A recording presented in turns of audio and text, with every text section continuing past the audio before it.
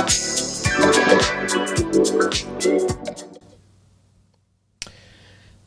and welcome. Today we're reading from chapter 9 of the Bhagavad Gita.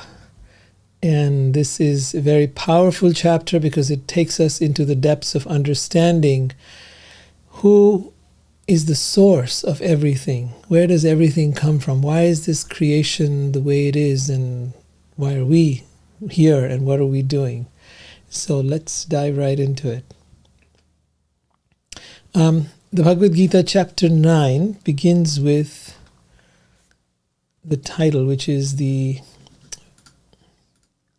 most confidential knowledge.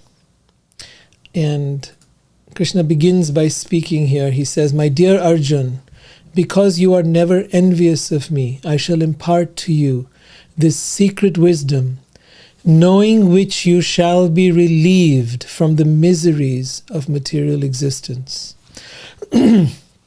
So, of course, this begs the question, well, what are the miseries of material existence? And why do they exist? Why are there miseries in this world? Why are there problems? So the Bhagavad Gita talks about three types of miseries. Miseries that are caused by our own body and our own mind, so disease, mental illness, right? Miseries caused by other beings, and miseries caused by nature. Nature might be things like droughts and famine and tidal waves and typhoons and tornadoes and hot weather and cold weather. Other people, miseries caused by them could be some of the things that we're seeing in today's world. Miseries being caused when one country invades another, and then everyone's homes are destroyed, their livelihoods are destroyed, they're fleeing, going to other countries. Or when you have someone like who goes around shooting children in a school, or some other craziness that we've been seeing here in a grocery store, where people suddenly no longer feel safe, where they no longer feel that they have any sense of belonging. On one hand, we can go around claiming to be the safest country in the world, but on the other hand, we are the most unsafe country in the world. So, miseries being caused by other people. And why are these miseries being caused by other people? Because in fact they themselves are miserable. And that misery now is being poured out into the world in the form of all kinds of suffering being caused to other people. But why are people miserable? Why is there mental disease? Why is there all kinds of craziness that people do? And to understand that, we need to really understand what Krishna is calling here the most confidential knowledge. There is something deeply missing in our lives, in our education, in our awareness. And that is to understand who we really are, where we come from, what is really God. I mean, I don't care what religion somebody belongs to, it means nothing. It means nothing. Your belonging to something is like belonging to a club. You go, you get dressed up, you party. Yeah, that means nothing. To really understand God, there are symptoms that will be exhibited by a godly person. And if we haven't trained our people, our civilization, our schools, our colleges, if we haven't trained people in how to be deeply spiritual, then we've lost out the most important thing that had to be done in this life. Because it starts from the blunder we make right from the start. We do not question why we're here. We do not ask, what is the purpose of life? Why are we born, and why do we have to die? What is the intention of this creation? Who is behind the creation? And what did they want from us? If there is a creator, why did that creator put us here? And if we are here, what did that creator want from us? For those who say that there is no creator, that there is nothing that caused the universe, that it was simply an accident, I ask them to think again. Does anything happen by accident? Can anything be created by accident? Is the car you drive, the phone you use, is the house you live in created by accident? If not, then why would you think that these elaborate bodies, these incredible minds, these wonderful oceans and mountains and trees and rivers, these plants and insects and animals, all happen by accident, by some chance biochemical phenomena, by some big bang? Yeah, right. Make one thing out of a big bang and I'll start to believe you. Make anything, a pen, right? Make a piece of paper. Make an iPhone with a big bang. And let's talk. But sometimes these things are more myths and stories told by our current leaders, our scientists, our teachers, all the people that have bought into the mythology of modern times. Instead of that, let's go into an ancient wisdom. It is time to tap into an ancient wisdom where people saw things clearly and where they trained people in how to become more peaceful, how to become more calm, and how to overcome the miseries of human existence. So here Krishna is saying, I shall impart to you this most secret wisdom, knowing which you shall be relieved of the miseries of material existence. This knowledge is the king of education, the most secret of all secrets. It is the purest knowledge because it gives direct perception of the self. The self meaning not this body, not this mind, not your ego, but the true self, the soul. This knowledge is the king of education, the most secret of all secrets. It is the purest knowledge because it gives direct perception of the self. Not bookish knowledge, not something that you go to a class and hear about, not something that you speculate on, but direct perception. You see, scientists have labs that they go to when they want to prove a theory. Spiritualists don't go to labs. This is not about an objective theory, an objective concept. This is about something very subjective. That is why you cannot take this experience and put it into a lab. It has to be felt. It has to be experimented on by each and every one of us. And once we do the work of the meditations, the processes that are taught, we begin to have the experience, the direct perception of the self. That's the beauty of this. So it is the purest knowledge because it gives direct perception of the self.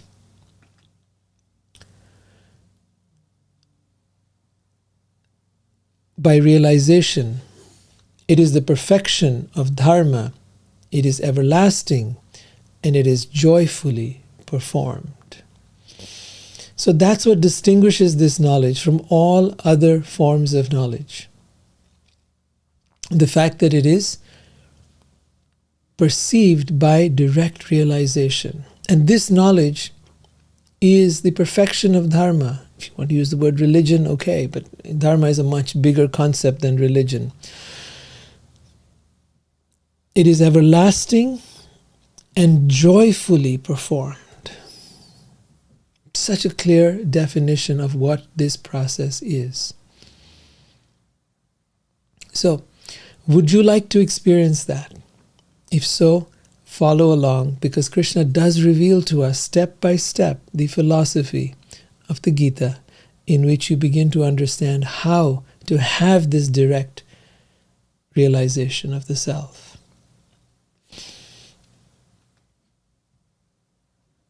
Those who are not faithful on the path of Dharma cannot attain me. So, those who are not faithful on the path of Dharma cannot attain me, but return to birth and death in this material world. Right? So it's very important to understand this, that there is a process, that this process needs to be followed, and it will give the outcome, provided we actually Act on it. Ashraddhavan, ashraddhana purusha. Then someone who has no shraddha, who has no faith. Dharmasya, dharma asyasya parantapa, aprapya mam nivartante. That person will not obtain the result. What does it require? It requires shraddha. Shraddha means faith. Faith means trust. Trusting the process. Trust is not about blind faith. Trust is about being able to try out something. If I tell you that hydrogen and oxygen combined produce water, you can believe me or not believe me. But your believing or not believing isn't going to make a difference. If you do the experiment, if you combine hydrogen and oxygen and you then see how it produces water, now you know, right? It's not something you needed to believe. So, but to be able to do that, to take that step of combining hydrogen and oxygen, you had to believe that maybe what I'm saying is true. You don't have to believe it blindly. Try it out. Once you try it out, you get to decide for yourself whether this works or doesn't work. Does it give you the result or not give you the result? I know for myself, when I tried out the process of meditation, I failed a lot. For years, I couldn't get my mind to be quiet. And then there came a time where the mind did become quiet. And it happened it was a strange experience that happened one night when I was driving home, and I'd been meditating for 10 years, I'd given up, and then it just happened. I learned where my mistakes were. I learned what I had been doing wrong. I learned that there was a better way. I had to relax. I had to allow it to happen. So some things I had learned, and some things were learned from books, and some things I had to learn practically by doing the experiments, by failing at the experiments, and by persevering and continuing to persevere until that point arrives. It's like everything we've done when you learn to ride a bicycle or drive a car or use a computer. We've all gone through that process. And the same thing applies here. That shraddha, that much faith is required, that you must do the work, the experiment that is required to be able to see the results. Krishna continues here. By me in my unmanifest form, this entire universe is pervaded. So let's start with that first part. By me in my unmanifest form, the entire universe is pervaded. So what is Krishna saying here? He's saying that he pervades the entire universe. How? Through his energy. That energy, known as Brahman, pervades the entire universe. So what is it that we can do to experience that? We can experience that. And we can experience it by allowing ourselves, our minds, to be quiet when we're out in nature. That experience you have in nature, that experience you're having is of God. When you eat something wonderful, and if you're very present to it, the experience you're having is God, right? All the things that you think are so wonderful, that experience is God. Whether that's a drug you're having, whether that's sex you're having, whether that is food you're eating, whether that is something that you're having in nature, the experience you're having is something that occurs where the energy of matter becomes released. And when that energy gets released, that energy that was lying behind all creation, that is God. So Krishna says here, in my unmanifest form, I pervade the entire universe. So you say, well, where is God? Everywhere. All beings are in me, but I am not in them. So, I am not in them might seem like a contradictory statement. Krishna is, in fact, everywhere and in everything, and yet he is separate from it all. He does explain that. In just a moment, we'll come to that part where he says that. But yeah, let's go there.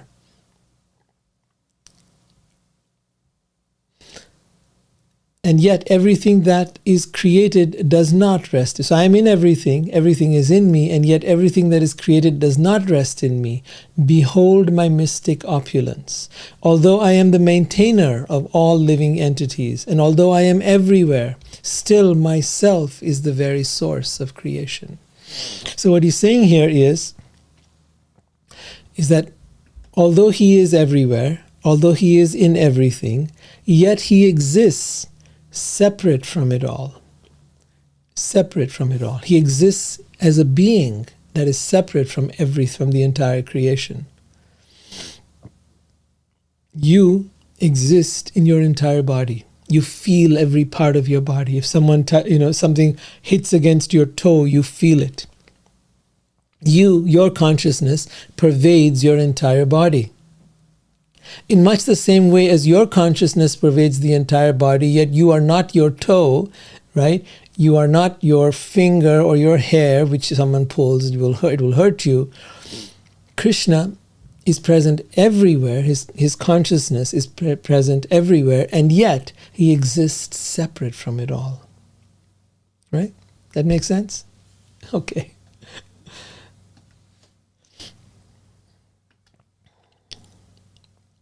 As the mighty wind blowing everywhere always rests in ethereal space, know that in the same manner all beings rest in me. So the wind blows everywhere, right? And yet it exists in space. It is contained in something within this earth. Know in the same manner all beings rest in me. So he is the foundation that holds it all together. He is the foundation on which all of us exist. He is in us, all around us. He is everywhere. And sometimes, like a fish that is swimming in water, which doesn't know what is water, we ask, where is God? I don't see God. Yes, you are seeing God all the time. You are seeing, everything you are seeing is God. The energy of God, not the person God. The energy of God. You're seeing God everywhere. The more you begin to recognize that, in each person you are seeing God, in each place you are seeing God, in each thing you are seeing God, there is nowhere that God is not. So the more you begin to realize that, the more your life becomes sublime. That is why you would never hurt another being. When the famous namaste, which became so popular in the Western world, nama astu te, I offer my respects, my nama, my naman, my respect, astu te, to that which is in you. That which is in you is that which is in me. Nama astu te, to that I offer my respect. I may or may not agree with you. I may or may not like your thoughts. I may or may not find you, but all this is all my mind. My mind has its own discernments and its own likes and dislikes, but I choose to go beyond my mind and see the spark of God within you, and to that I offer my respect. You see, it's an invitation to immediately connect with the essence of a person and go past the superficiality of race, of skin, of color, of rich and poor, of young and old, and to be able to see through it all into that which is the eternal reality, the eternal truth.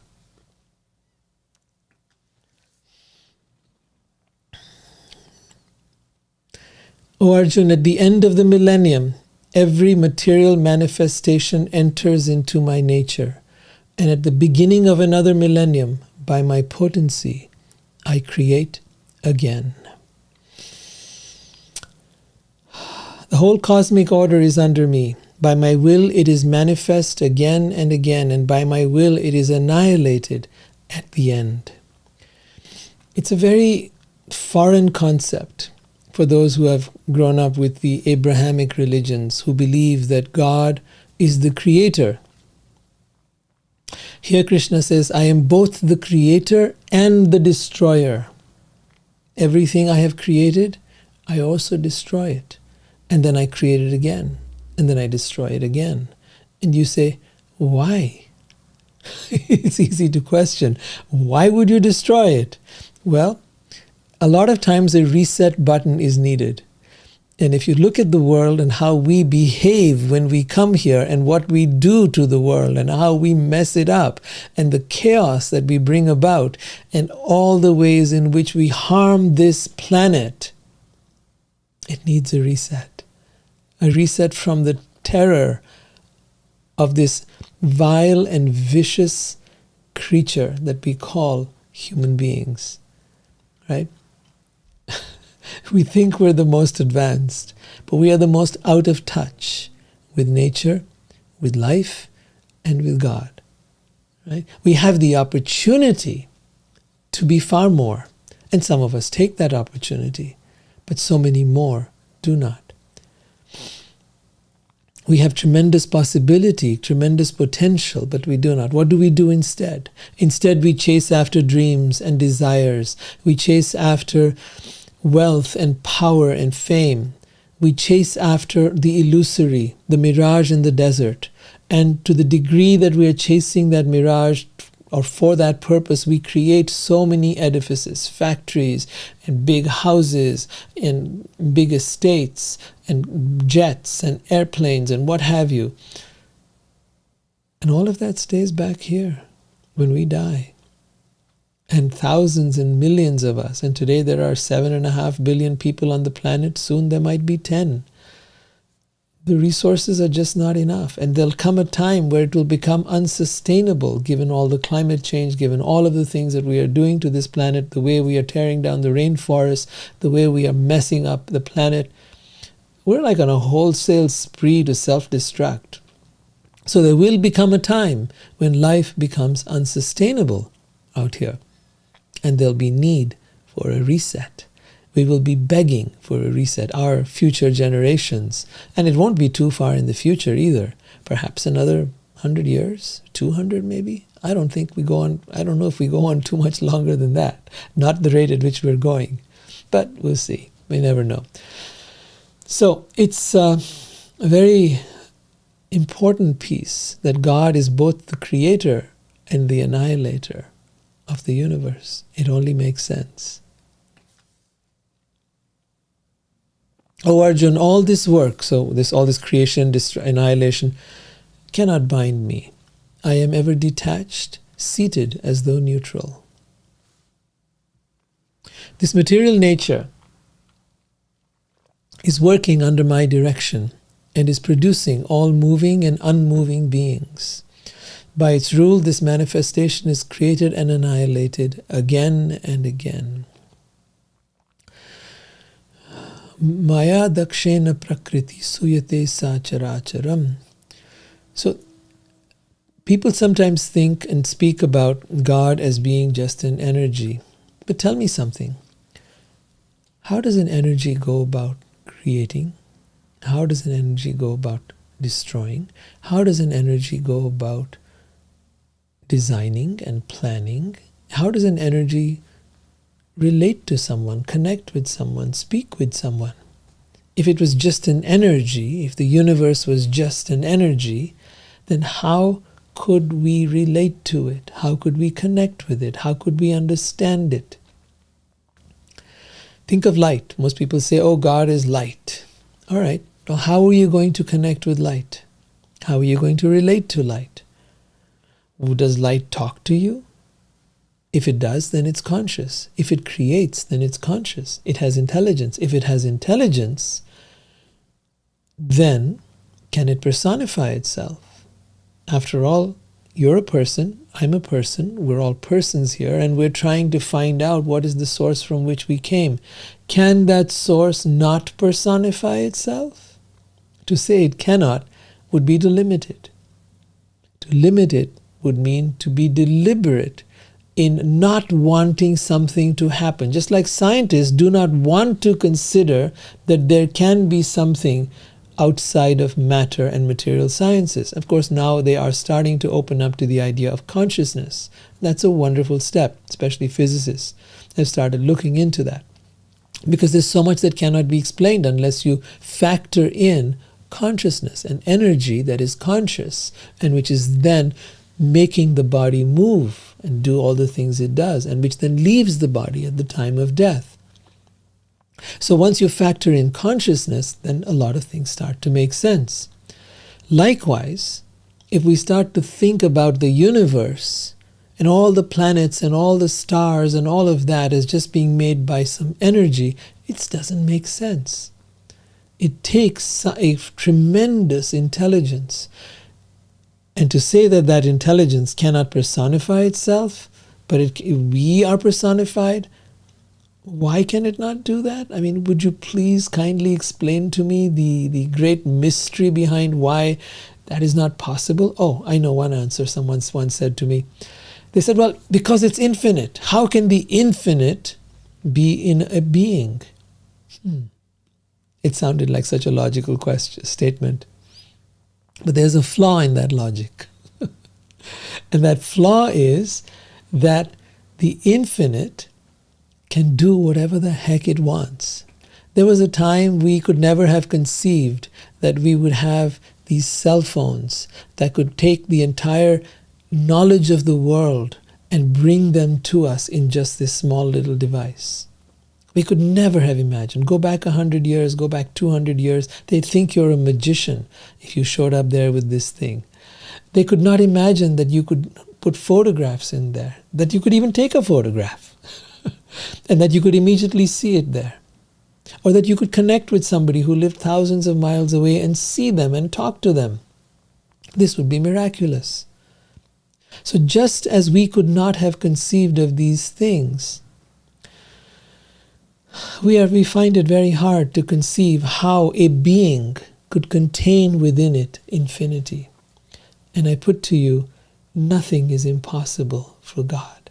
Now, if God is a being, does that being have to be an old man sitting in the clouds? Just because that being is ancient, has been around since the beginning of time, is the oldest of the old,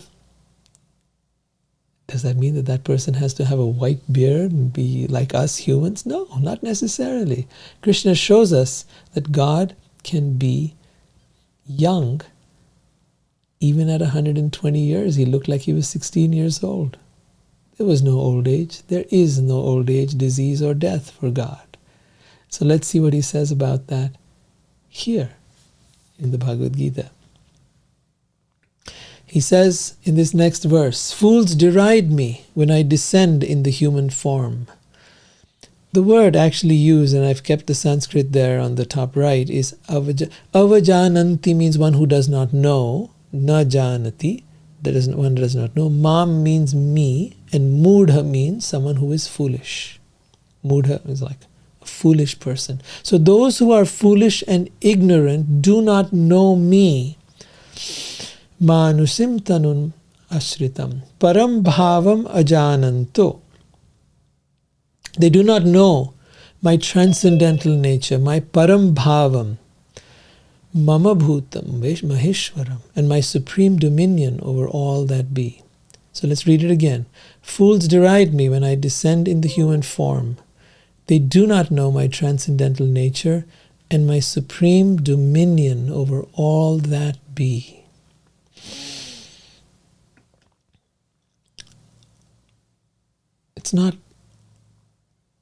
We don't need to be foolish. We don't need to be blind. We just need to use our common sense. And by using our common sense, we can understand the nature of God. It's not something complicated to understand, right? And if God can be seen by us and can appear before us, would God appear as somebody just like that? Or perhaps as the most attractive being possible? Because that's how Krishna comes. His very name means all attractive. Krishna means that which attracts everyone. Those who know Hindi know the word akarshit. Akarshit is the root word for Krishna, which means that which attracts everyone. Why is he so attractive? Because he possesses within him all knowledge, all fame, all beauty. All knowledge means knows everything, right? All fame is known by everyone. Whether you believe or don't believe, you still know of God, right? You still have, so you're famous, whether they hate or they love, doesn't matter. But that person is famous in every country, in every place, in every religion, everywhere. All knowledge, all fame, all beauty. All beauty. Everywhere you see beauty, you are seeing God. All strength and all detachment. All of that is God. And of course, there's so much more.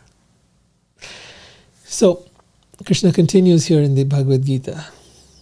Those who are thus bewildered are attracted by demonic and atheistic views. In that deluded condition, their hopes for liberation, their karmic activities, and their culture of knowledge are all defeated. So when you don't want to believe in God, then where do you go? Well, you go to science, you go to atheism, you go to every other thing. What does that result in? Well, it results in with not having any clarity of how to live, of what is right, what is wrong, what needs to be done, what does not need to be done. What kind of actions make you a human being? And because we do not know this in today's time, we are seeing the kind of chaos that is going on around us. Because there is no training in understanding the self as different from the mind and different from everything we do. Because we do not understand the self, because we do not understand God, we are caught up in all these different viewpoints that do not bring us peace of mind, but rather generate anxiety and fear and doubt and cause us to hate each other, to see ourselves as separate from each other, to see us versus them, whether that us versus them is one political party to another, one race to another, one country to another. It is always us versus. This is the product of the mind. Every religion is a product of the mind. Every political ideology is a product of the mind. And what does the mind do? The mind sees everything in positive and negative. I like this, I don't like this. This is good, this is bad, this is right, this is wrong. It has no clarity to see the entirety of things. It's very rare that a person can see the entirety of a situation, has that level of clarity that they can actually see things as they are, not as their mind sees them. To go beyond duality, that is where spirituality begins. Spirituality begins where duality ends. Because that is where spirit begins. When duality ends is where spirit begins. That's where you begin to see and perceive and experience the world as a spiritual being and not just a mentally conditioned being. That is why this is so important in today's time. That is why this whole teaching, this whole study of the Gita is so vital for all of us.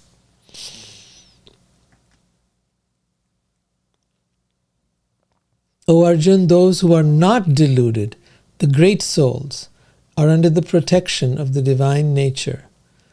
They are fully engaged in devotional service because they know me as the Supreme Godhead, original and inexhaustible. The word Krishna is using here is Mahatma, great soul. Maha means great and Atma means soul.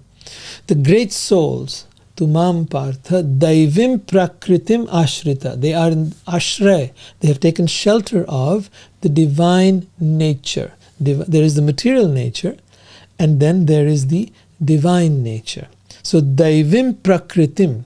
Daivi means divine, Prakriti nature. Daivim Prakritim Ashritaha. They have taken shelter of the divine nature. Bhajanti Ananya Manaso Gyatva Bhutadim Avyayam. They know me as Avyayam, original and inexhaustible, unlimited. And what do these people do? Always chanting my glories, endeavoring with great determination, bowing down before me, these great souls perpetually worship me with devotion. It's very important to understand this. Satatam kirtayanto mam. Kirtan means to chant, to speak about. Whom?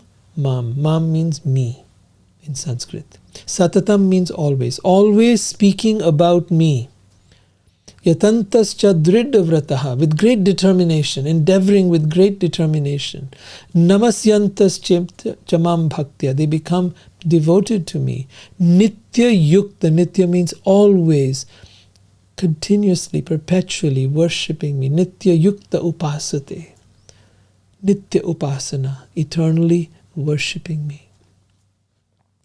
So is this about some great lord lording it over you and you bowing down like some poor pathetic soul who is incapable of anything better and needs a God who's going to terrorize him out of fear? No, not at all.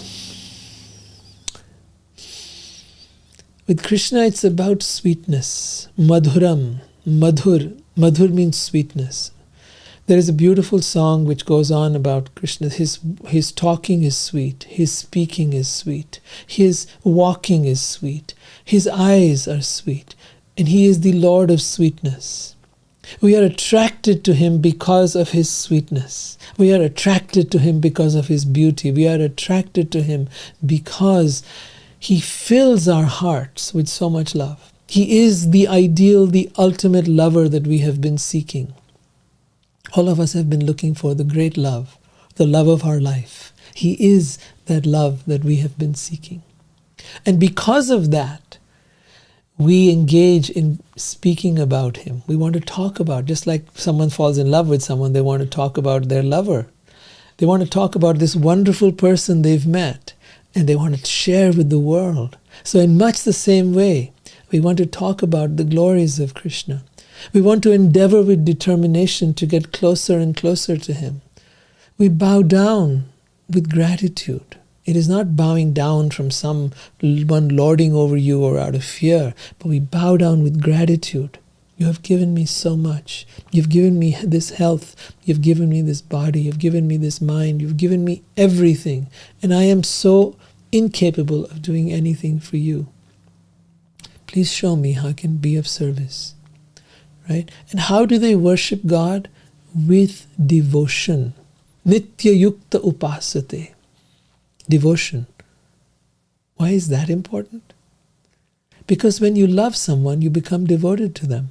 When you are devoted to them, you would do anything for them. You would give your life to them, for them. You would do anything for them. And that is the nature of the bhakta, the devotee, and God. It's a beautiful relationship. One that is filled and imbued with love and sweetness and gratitude.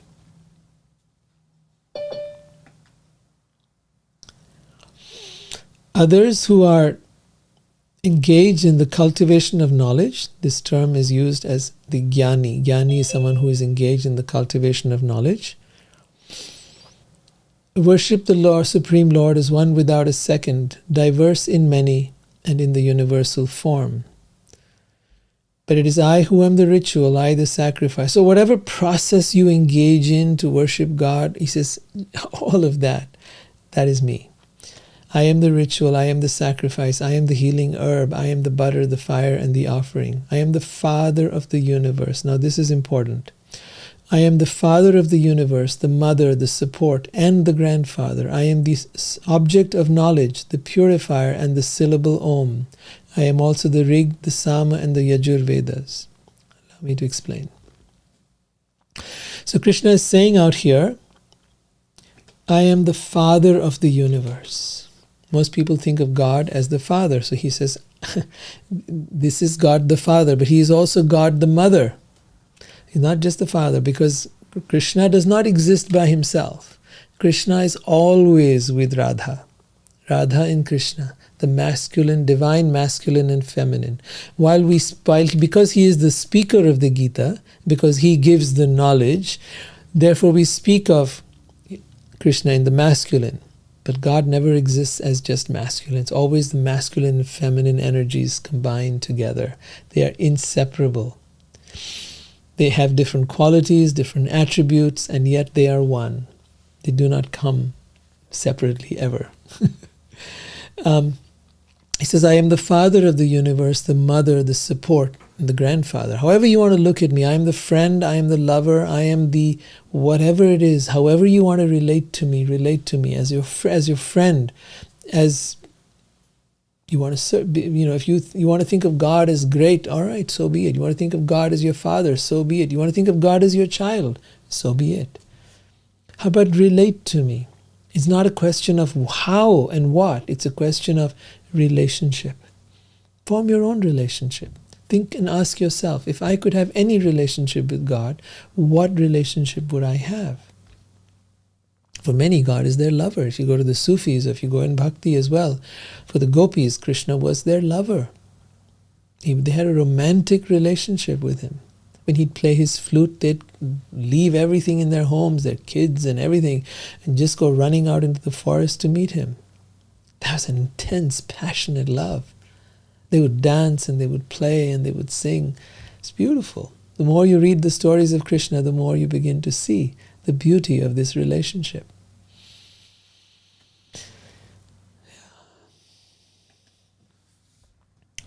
He also says, I am the object of knowledge, the purifier, and the symbol Om. So when you chant the mantra Om, it is a symbol for Krishna. It is also a sound of his name, the syllable Om. He's also the purifier. That's a very important part to understand, that when you say the name of Krishna or you say Om, you are actually becoming purified, because his presence purifies, just as the sun purifies everything. When the sun rays come, the water evaporates. If someone had peed out there, if someone had done something unpleasant, it becomes purified by the sun's rays. In much the same way, when we chant the names of God, we become purified. We become purified. Those who chant the names of God become purified by that. This is true. It doesn't matter what religion you belong to. It doesn't matter what path you follow. If you chant the names of God in any name, whether that name is Allah, Jehovah, Ram, it doesn't matter. That name purifies you. So he says, I am the purifier and I am the object of knowledge. All knowledge is actually meant for us to understand who we are and who is God, where we came from and where we are going. That is the ultimate object of all knowledge.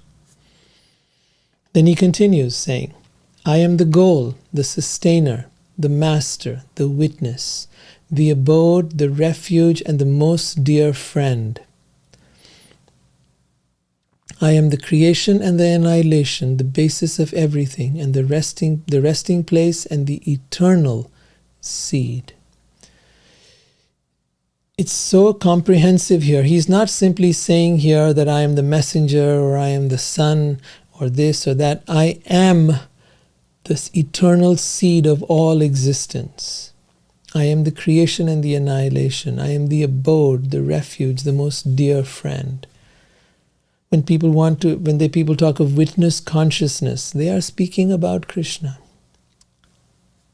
May or may not know it. Doesn't matter. O Arjun, I control heat, the rain, and the drought. I am immortality, and I am also death personified. Both being and non-being are in me. And by the way, if any of you have any questions, please write them down. I would be happy to answer them at the end of the reading. And love to have your questions. So feel free to put them in the chat. And that way you write them when they're still fresh in your mind. Those who study the Vedas and drink the Soma juice, seeking the heavenly planets, worship me indirectly. Now these were practices in ancient times. This was spoken 5,000 years ago. So some things are a little out of context from today's time. But nevertheless, I'll try to give you some idea. So people would study the Vedas. They had this specific kind of elixir that they called Soma. There are many people who today are trying to research and find out what is Soma. And their aim was to reach the heavenly planets. They're planets where alien beings live, and which are known because they're known to have incredibly long lives, because they're known to have incredibly beautiful bodies, because there's supposed to be an absence of suffering over there. A lot of people aspired to go to these heavenly planets. But Krishna pointed out, and if you see that, See, he says here, they take birth on the planet of Indra where they enjoy godly delights. And then he continues, when they have thus enjoyed sense pleasure, they return to this mortal planet again. Thus, through the Vedic principles, they achieve only flickering happiness. In an earlier part, he had said that even if you went to the highest planet, the most beautiful planet, you went to the most wonderful place in the universe, all of them are places of suffering wherein repeated birth and death take place. Eventually you need to come here. The earth is the most powerful place to come to because here there is an equal amount of suffering and pleasure. Here, the suffering wakes you up. It makes you start thinking for yourself. It makes you start questioning the nature of existence. And because there is an equal amount of pain and pleasure, suffering and pleasurable things to do, we tend to start questioning the nature of reality. And it is in that questioning that we start to inquire why we're here and what's going on and why is there so much of problem, why is there so much of suffering here.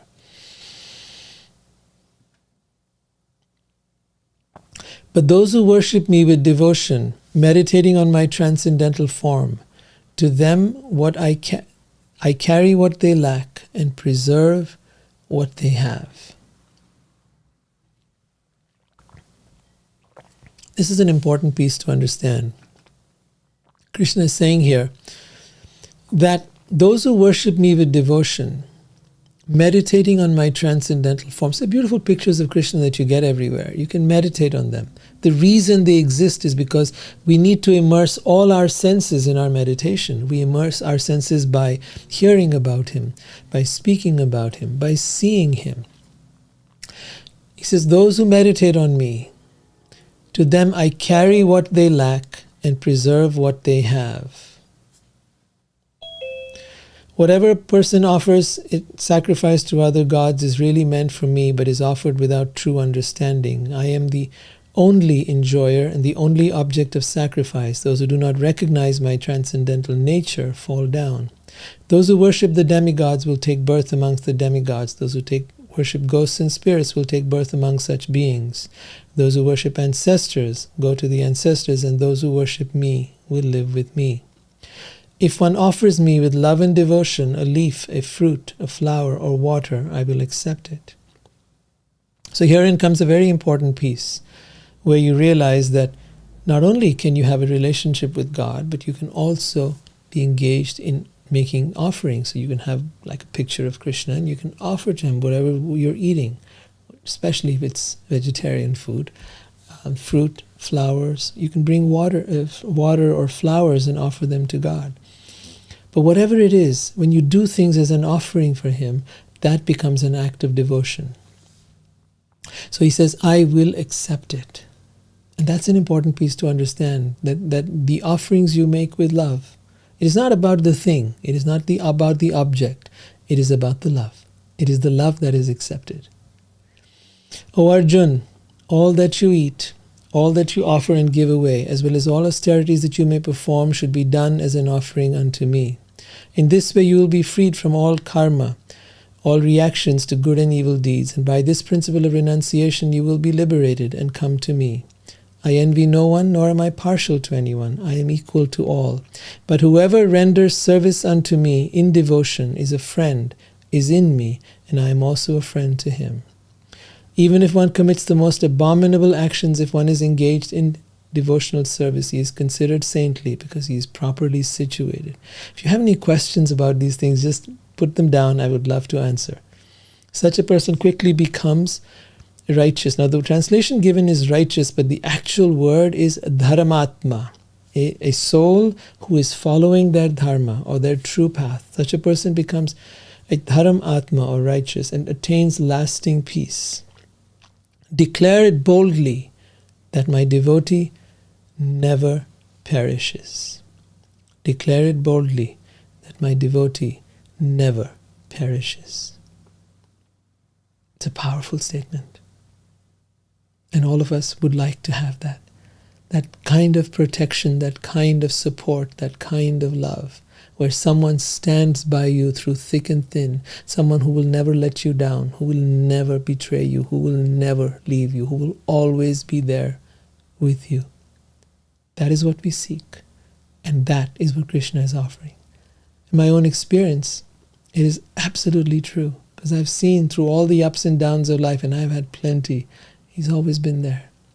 Always guiding, always helping, always supporting. Even though the ups and downs continue to happen. They don't stop. That's life. Right? So,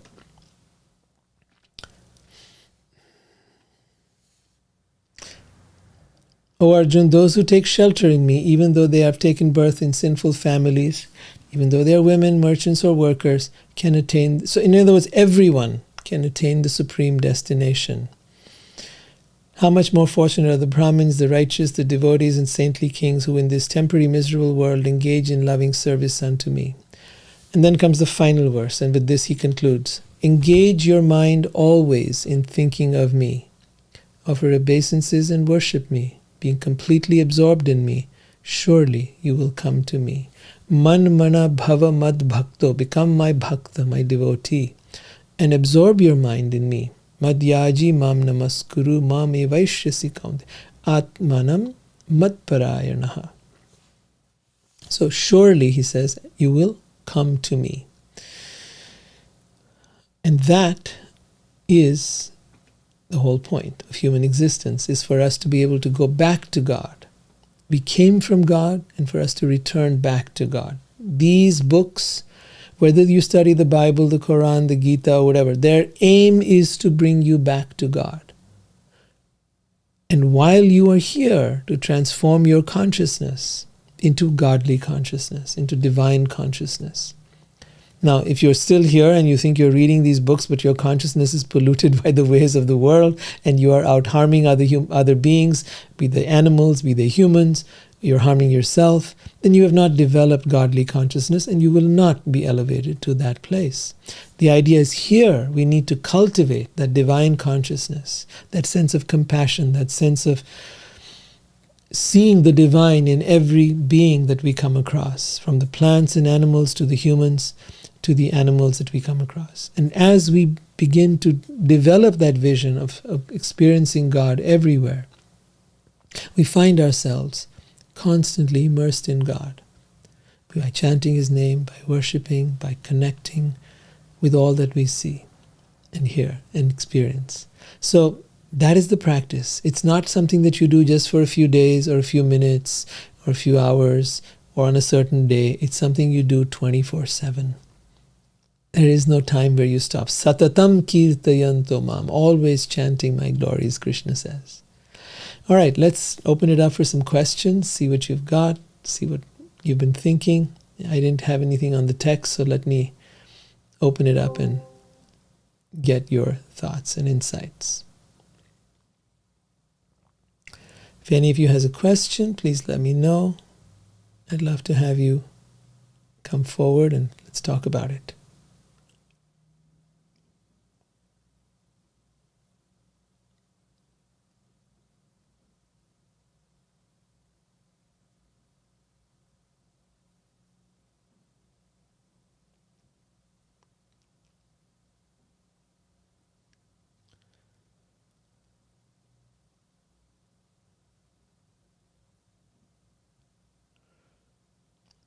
Would anyone like to share your thoughts? Is there anything that you'd like to talk about? Hi, please introduce yourself. Hi, I'm Creation. I really appreciate that concept of all of these books are pointing you to go back towards that direction of the divine and imitating what, real whole love is. Yes. That makes it very difficult. What makes it difficult? Tell me that. Well, okay, so like in the Bible, there's that verse where, someone's coming to Jesus and they're like, okay, well, how many times do I have to forgive my brother?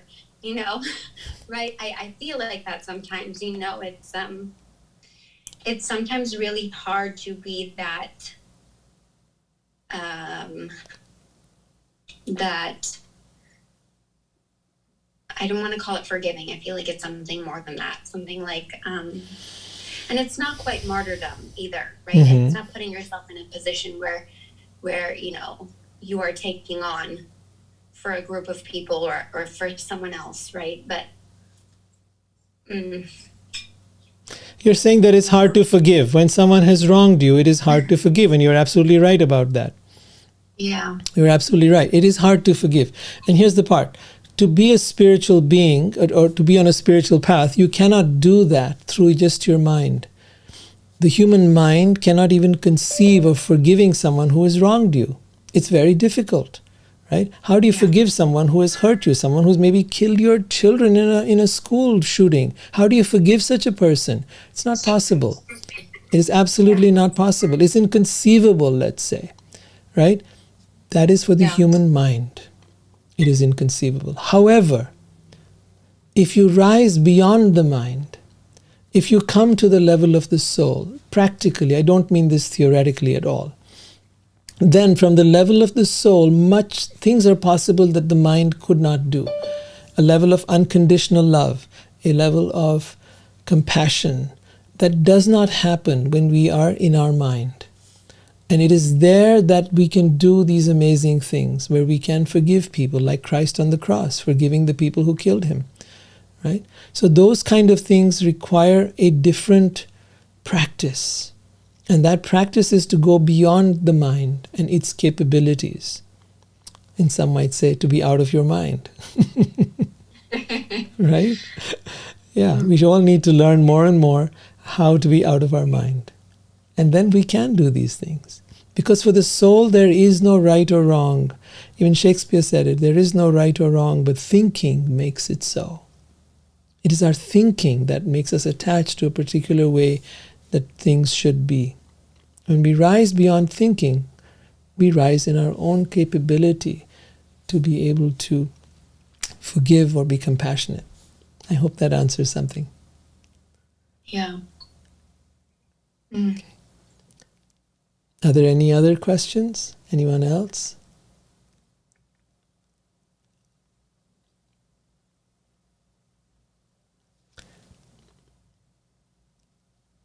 If you have any questions, please feel free. Now is the time.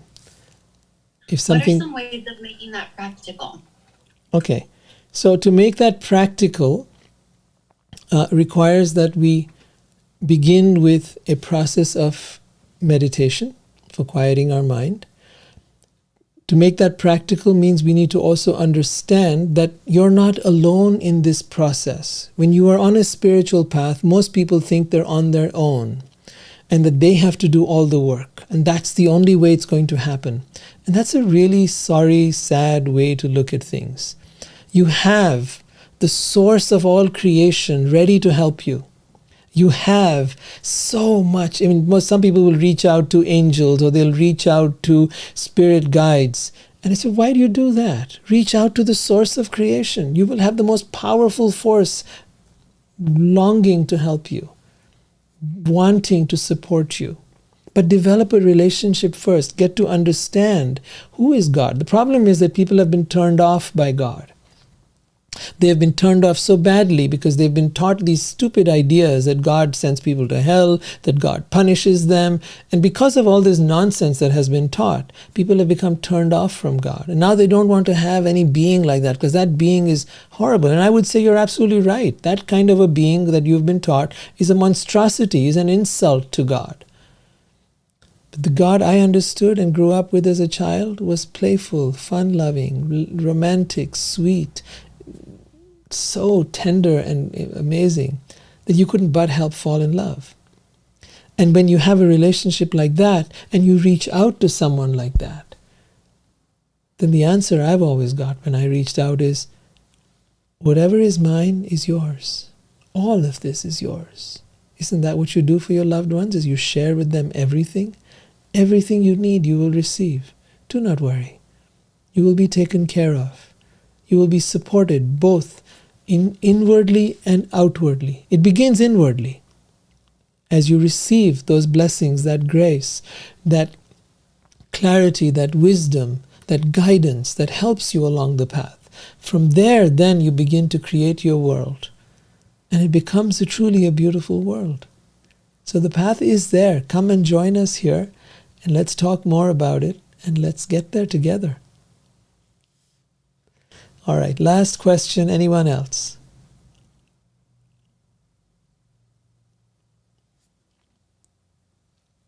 Okay, well, I'm going to assume then that you've all had a wonderful evening, and I thank you, and we shall meet again next week. Every Tuesday at 7 p.m. Pacific time, we're here, and I look forward to you joining us. Jai Shri Krishna. Hare Krishna. Those of you that have come in for the Loving Soulfully meetup, that will begin in a few minutes. I'll see you there. Thank you, Rohit. You're welcome. Yes, thank you.